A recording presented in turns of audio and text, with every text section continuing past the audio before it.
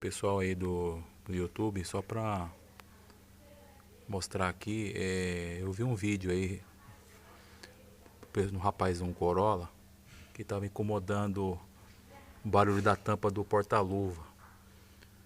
Mas recentemente eu achei um material aqui muito bom, ó. E é da cor do painel, inclusive. Quem tem painel cinza, é um painel, fica muito bom. Que combina com o carro, fica mais discreto. Você pode estar colando ele na própria tampa ou por dentro aqui. É bem simples, é só tirar aqui, tipo como se fosse uma dupla face. É só tirar essa fita aqui. Numa loja de artefatos de borracha. Você pode encontrar esse material.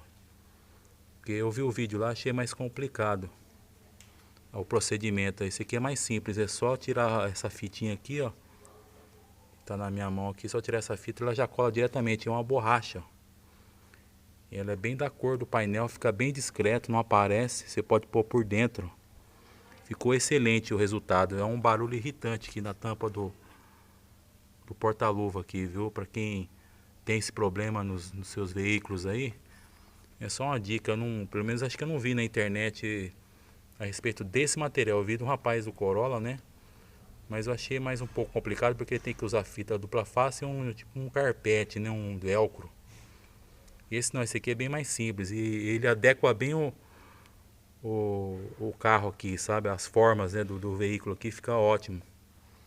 Fica bem mais adequado para quem tem um painel cinza, fica melhor ainda. Eu encontrei esse aqui numa loja de artefatos para artefatos de borracha aqui na minha cidade aqui. Então valeu, é só uma dica aí para quem tem esse incômodo também.